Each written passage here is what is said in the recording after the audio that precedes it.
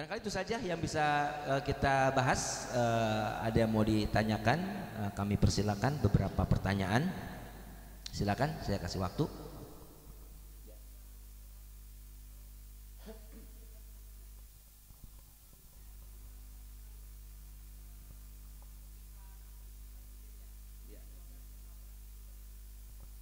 Ya, ya, kategori daripada sesuatu yang keluar dari dalam perut kita, gitu ya, atau dalam kondisi kita, tubuh kita, ada jenis yang memang dikategorikan suci dan tidak suci. Yang di awal saya katakan tadi, air mani itu adalah suci berdasarkan hukum dengan Al-Quran. Yang kedua, ketika memang darah udah jelas gitu, bagaimana dengan keputihan, dengan mazi, itu dia tidak suci sehingga dikategorikan najis. Artinya harus kalau memang yang melekat pada tubuh kita, pakaian kita, sebaiknya itu dilepas, diganti, gitu ya. Karena itu kategorinya selain tadi Bu ya, yang karomna bani Adam sesuai dengan ayat tadi ya, selain itu adalah najis. Mazi misalnya, artinya ketika dia ada nafsu syahwat sehingga keluar cairan, bukan sperma ya, mazi gitu, maka itu najis ya. Tapi kalau spermanya suci. Begitu juga dengan dengan keputihan misalnya, darah haid misalnya ya, air seni. Bagaimana? Oh tidak, kalau untuk keputihan tidak dianjurkan untuk kita mandi hadas besar. Iya. Iya, betul. Salin kita ganti, sebaiknya wudhu kembali, karena itu bukan hadas besar Bu ya, yang mewajibkan kita untuk mandi hadas besar. Seperti itu barangkali. Ada yang lainnya?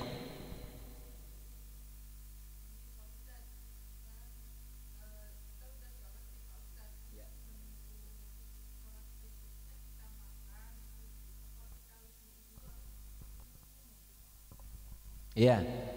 Jadi pada dasarnya Ibu mengambil hukum umum daripada ketentuan yang membatalkan wudhu, makan dan minum tidak membatalkan wudhu. Berbicara dari hukum dasarnya. Namun yang membatalkan sholat salah satunya makan dan minum dengan sengaja. Artinya ketika nanti kita habis makan, kemudian kita udah punya wudhu, sambil menunggu sholat berikutnya makan, kemudian kita sholat. Kalau kita tidak, bukan dianjuran wudhu ya, kalau tidak dalam kondisi bersiwak atau kondisi bagian mulut kita bersih, khawatirnya ketika sholat ada sisa makanan yang akan terjatuh, sehingga kalau kita lupa secara adab juga gak bagus. Ketetelan misalnya tanpa sengaja, batal sholatnya. Wudunya nggak batal Bu, karena makan dan minum tidak membatalkan wudhu. Tapi saat kita sholat, makan dan minum dengan sengaja itu batal sholatnya, bukan batal wudhunya. Bisa paham Bu ya? Sebaiknya apa? Berkumur. Kalau memang sekiranya waktu luang, bagus wudhu, dapat pahala. Sebagaimana kita pernah bahas tentang wudhu merupakan pembersih daripada dosa-dosa, lebih bagus wudhu gitu ya. Kalau misalnya sekiranya waktu udah mepet misalnya, kita kejar-kejar, wah mau sholat jamaah udah mau komat, kumur saja boleh. Dipastikan tidak ada kotoran yang melekat dalam mulut kita sehingga batal sholatnya Bu ya. Wudhu tidak diulang sholatnya. Ya, jadi sholatnya yang batal, mohon dipahami Bu ya, bukan wudhunya. Karena dalam konteks hukum dasar wudhu, makan dan minum tidak membatalkan wudhu gitu ya. Iya seperti itu ya. Ada berikutnya? Ada beberapa pertanyaan yang masuk dari YouTube yang di bab fikih toharah. Yang pertama itu sebelum yang lalu lah kajiannya. Ini yang pertama dari Ibu Anissa, entah di mana.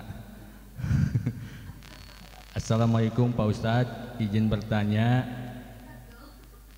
kalau tayamum dengan tanah ada cacingnya sah enggak ya? Ini belum masuk bab tayamum soalnya, kalau mau dijawab monggo atau mau gimana? Baik, kita jawab Pak ya, karena kita apresiasi pertanyaan beliau ya. Diulang bagaimana pertanyaannya? Kalau tayamum tayamum kan dengan tanah Ya. Di tanah itu ada cacingnya, sah nggak sholatnya, najis nggak mungkin ya, tanahnya betul. itu gitu. Baik, kita pahami ya, kita coba pahami tentang ketika tayamum itu sepakat Bu ya, para ulama itu alat yang digunakan untuk tayamum ada dengan debu yang suci, tanah yang berdebu yang suci, bisa difahami ya. Kalau tanah ingat, dan lagi pula gini, tanah atau debu yang basah juga tidak bisa digunakan untuk tayamum gitu ya. Selain debu kayak tepung, terigu dan sebagainya juga nggak boleh. Nah, ketika bicara tanah yang ada cacingnya sudah pasti tanah itu basah, betul ya? Jadi jadi tidak bisa digunakan. Artinya dari hukum dasar debu tersebut, jadi dengan debu yang suci, dan sebetulnya cacing juga bukan benda yang najis, dia bisa dipegang, boleh, dia suci. Artinya kalau misalnya dan dipastikan di dalam tanah pasti ada cacing, walaupun misalnya permukaannya kering berdebu, dalam tetap kita gunakan. Tapi umumnya ketika memang ada cacing identik dengan tanah yang basah. Sedangkan wudhu dengan debu tidak akan mungkin ada debu dalam kondisi tanah yang basah. Nggak dijelaskan di sini.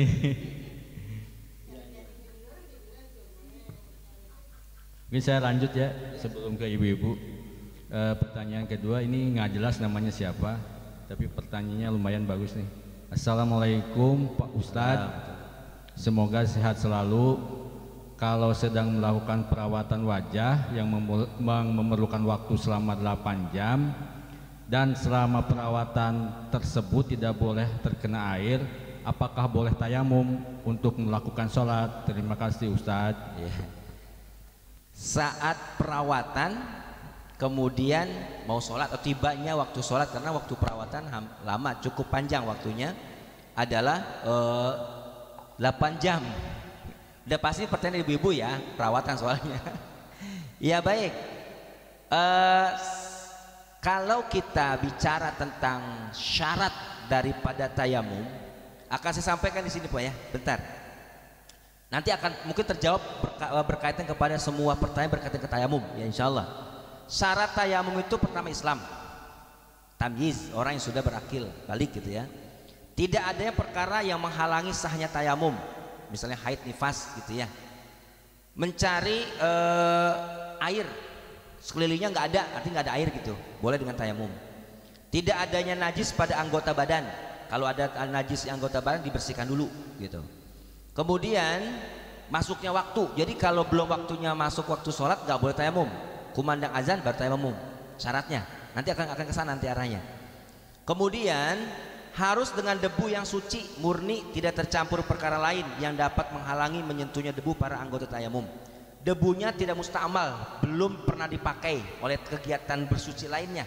Jadi nggak boleh bekas debu yang kita pakai tayamum dipakai lagi, itu udah musta'mal. Jadi ya boleh pindah-pindah, itu musta'mal.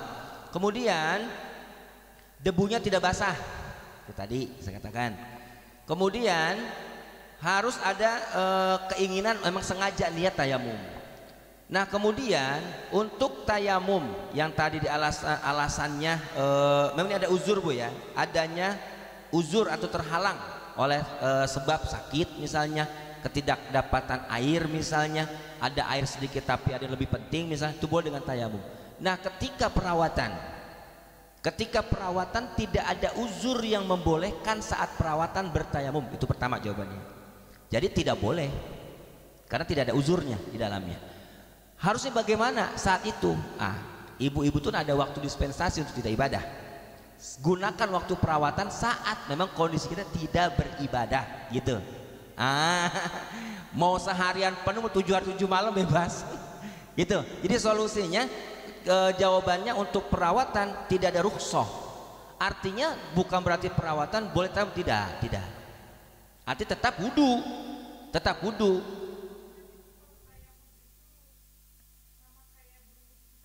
Tidak, anggotanya berbeda. Iya, anggota wudu dengan anggota tayamum berbeda. Anggota tayamum hanya dua, muka dan tangan. Tidak sama dengan wudu, kumur, hidung, semuanya enggak, beda. Ya, itu tayamum. Ya gitu, Bapak. Ya, jawaban dari pertanyaan tadi. Intinya perawatan bukan rukhsah, bukan alasan, bukan uzur membolehkannya tayamum. Apalagi perempuan, carilah waktu-waktu untuk perawatan di saat memang tidak ibadah, lebih aman. Gitu. Silakan. Yang lain, silakan. Ya boleh.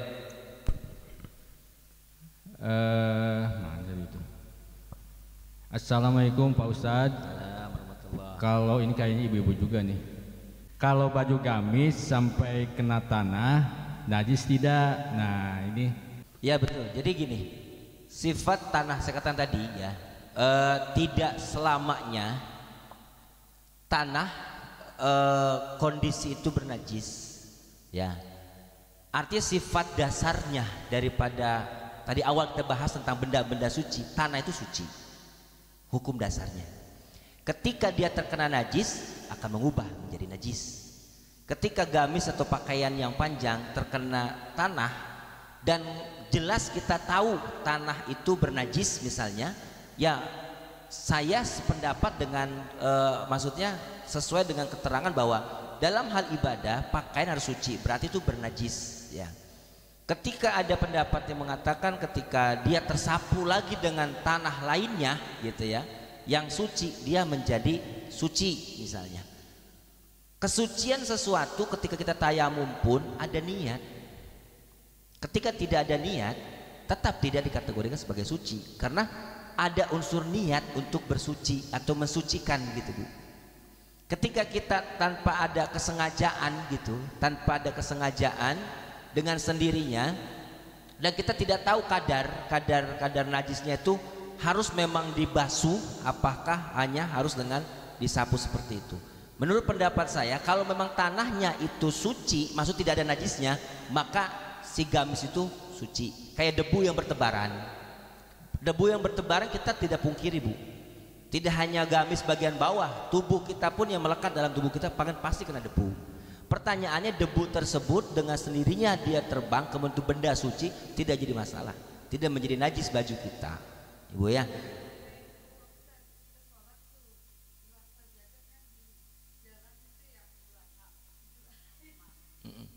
Ya, ya tadi saya katakan yang penting kita menggelar sajadahnya tidak ada atau di tempat tersebut, maksud ini tempat tersebut tidak terlihat oleh kita akan najis Bu.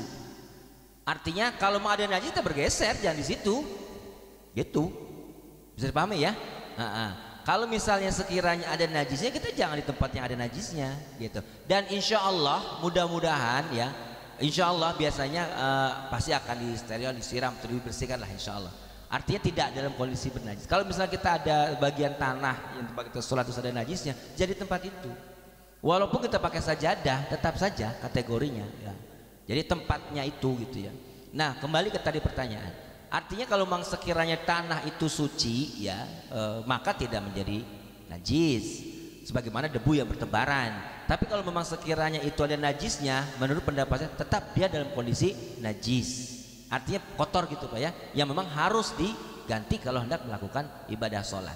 Nah ketika kita ya arti dari keterangan yang disampaikan tadi, boleh jadi ketika memang kotoran atau yang sifatnya ringan si najis tersebut, kemudian dalam kondisi kering kemudian tersapu berikutnya oleh debu yang lain sehingga bersih, bisa jadi, namun kemungkinan kecil gitu. Artinya umumnya ketika terkena najis, apalagi benda yang sifatnya kotoran yang bersifat cair tadi misalnya, ketika dia kena debu dan tanah berikutnya pasti akan semakin kotor gitu, menempel, dan itu bagus dibersihkan gitu. Barangkali seperti itu Pak ya.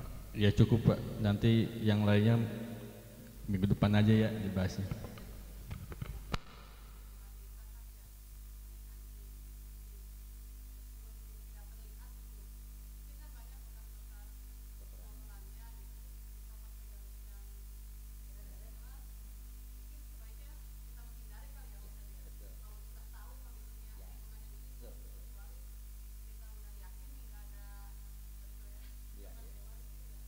Ya, arti begini Bu, betul.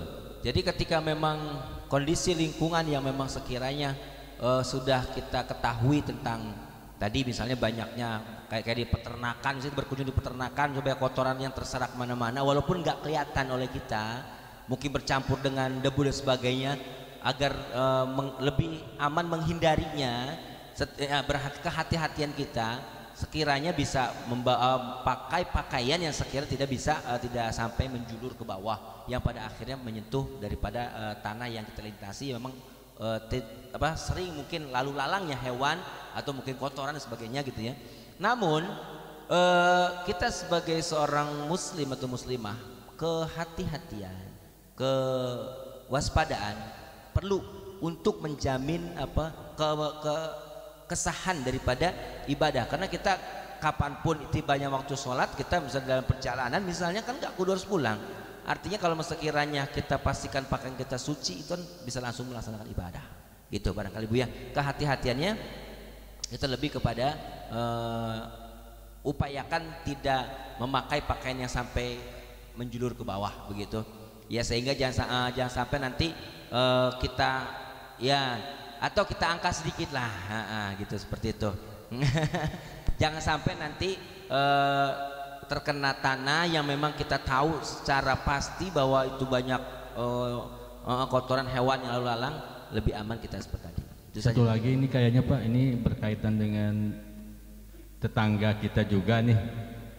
Assalamualaikum Pak Ustadz, bolehkah memakan hidangan dari teman non muslim di mana dia suka masak daging bab satu gitu? Terima kasih.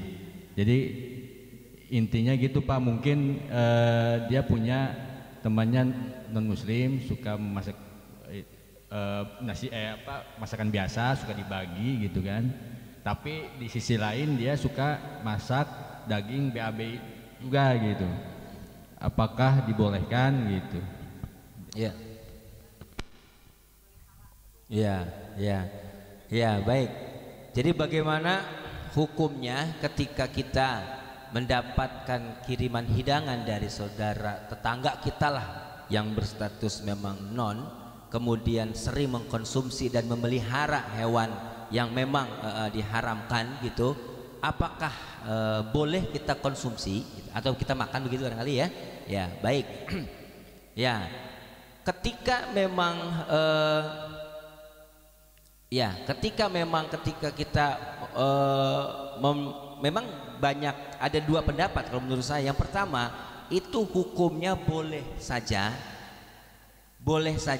ya, dengan alasan tidak tahu. Mungkin kita kalau untuk itu mungkin tidak. Kalau menurut saya alasan yang saya katakan boleh di sini tidak tahu, kan kita tetanggaan tahu dong dia istilah memang sering konsumsi itu, masak itu. Yang kita khawatirkan cara pengolahan, walaupun pengolahnya itu makanan yang memang bukan diharamkan, namun pengolahan yang dia lakukan dari wajan atau tempat yang sering dia pakai untuk mengolah itu, kan gitu Bu ya, sehingga kita dikirimkan. Bagaimana, apakah statusnya menjadi haram begitu?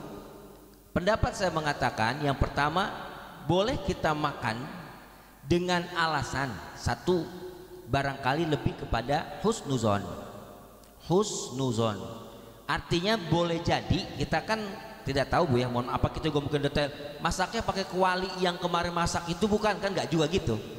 Tapi mungkin kita sebagai seorang muslim lebih dominan, bagus menurut pendapat saya, husnuzon, berbaik sangka. Mungkin karena dia memberikan, ngirim untuk kita yang muslim, dia penyajiannya, alat masaknya dia gunakan berbeda. Ya, berbeda. Ini lebih kepada husnuzon. Atau memang betul yang pendapat Ibu tadi, bisa jadi dia memang membeli hidangan itu karena memang ada satu, ya katakanlah kegiatan berbagi, dia beli terus dibagi kepada kita. Kalau kita udah memutuskan tadi udah suuzon, juga tidak boleh. Artinya kita boleh memakannya dengan tanamkan husnuzon. Ya. Yang kedua, haram, nggak boleh kita makan dengan catatan kita tahu mengolahnya dengan benda, maksud dengan alat-alat masak yang dia gunakan juga memasak tadi gitu ya. itu tidak boleh. Karena apa? Karena tahu gitu, jelas gitu ya. Dan insya Allah gitu, ketika kita dalam kondisi semacam ini, kalau menurut pendapat saya lebih baik kita berhusnuzon, karena tidak selalu apa yang dia berikan kepada kita, dan seorang muslim kita ini dia selalu ya insya Allah akan menyadari akan kondisi itu gitu. Artinya dia tahu bahwa kita itu nggak boleh gitu melakukan hal seperti itu. Bisa jadi dia khusus untuk orang muslim, dia ada acara, dia masak-masak ya, kita terus kita dikirimkan cuman untuk kita, dia khususkan beli, bisa jadi. Kita tidak boleh juga menanamkan suuzon gitu menurut pendapat saya.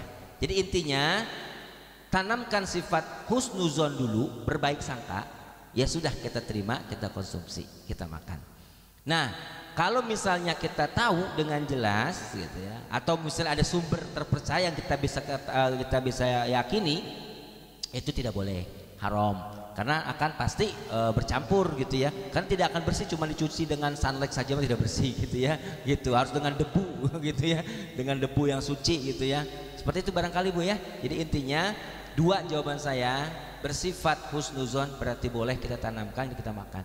Bersifat kalau kita sudah mendapatkan keyakinan yang kuat akan sumber makanan tersebut, cara pengolahannya, penyajiannya dari benda-benda atau barang yang memang digunakan untuk memasak benda tadi sebelumnya, maka itu kita tidak boleh konsumsi. Itu lihat kondisional saja. Sudah cukup Bu ya? Satu lagi Pak, ya, 5 menit lagi sampai jam 8. Silakan. Biar tuntas nih. Assalamualaikum. Ini nggak ada pausanya.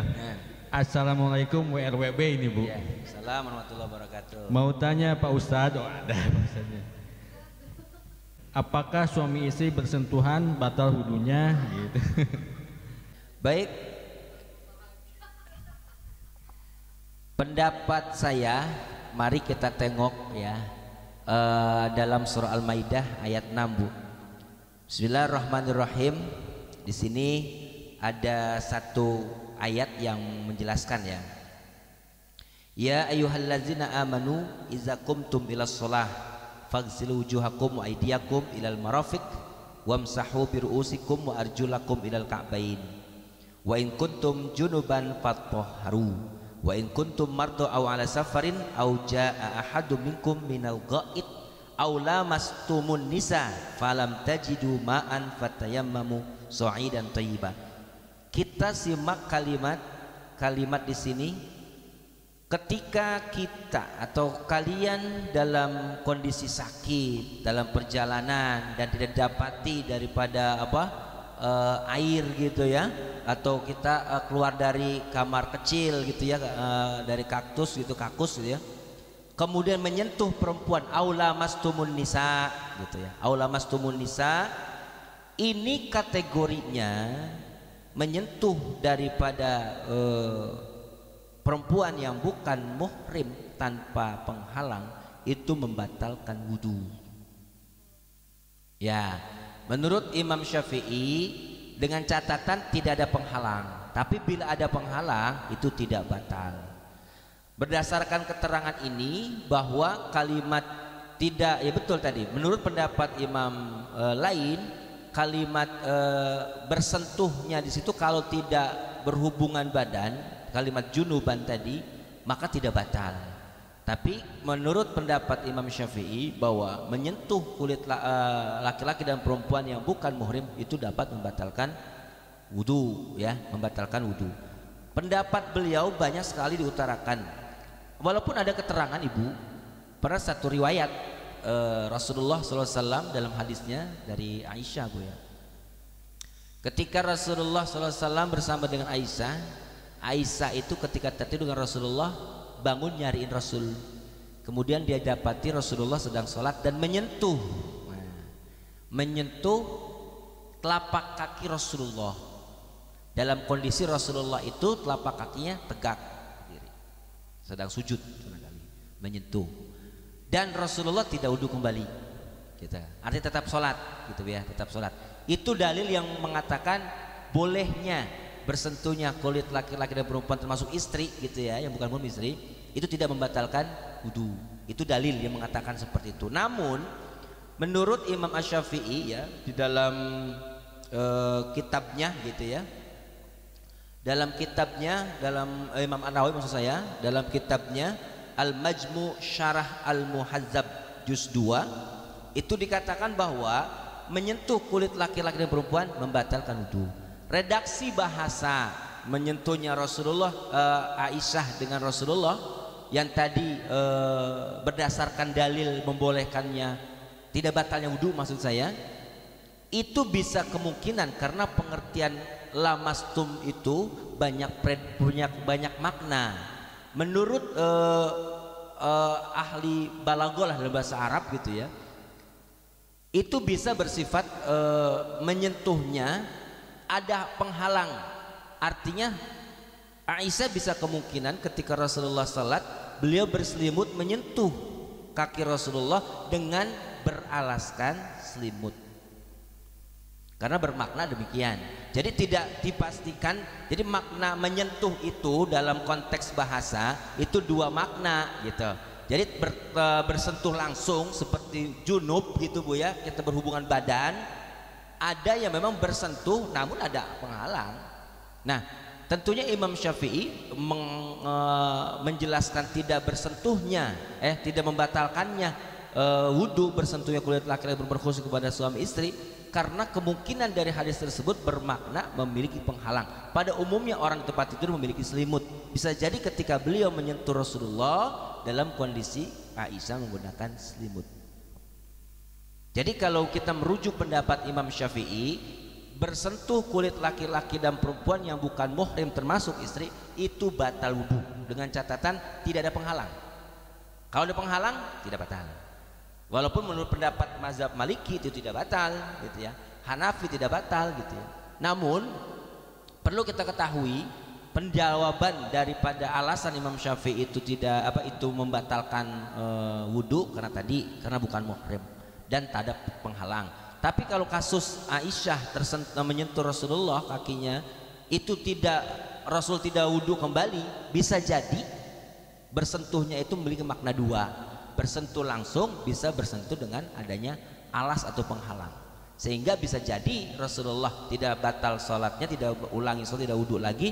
Bisa jadi itu ada penghalang antara tangan Aisyah dengan kaki Rasulullah gitu Bu ya, sehingga keterangan tersebut tidak batal Rasulullah dalam sholat dan wudunya.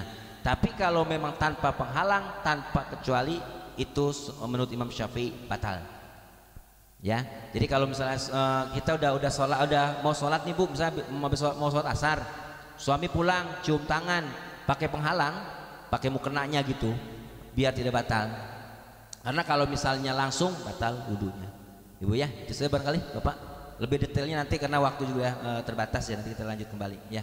Terima kasih, barangkali itu saja yang dapat kami sampaikan. Kurang lebihnya mohon maaf. Wallahu a'lam bishawab, segala atas jawaban yang kami sampaikan. Afwa minkum, billahi taufiq saya. Assalamualaikum warahmatullahi wabarakatuh.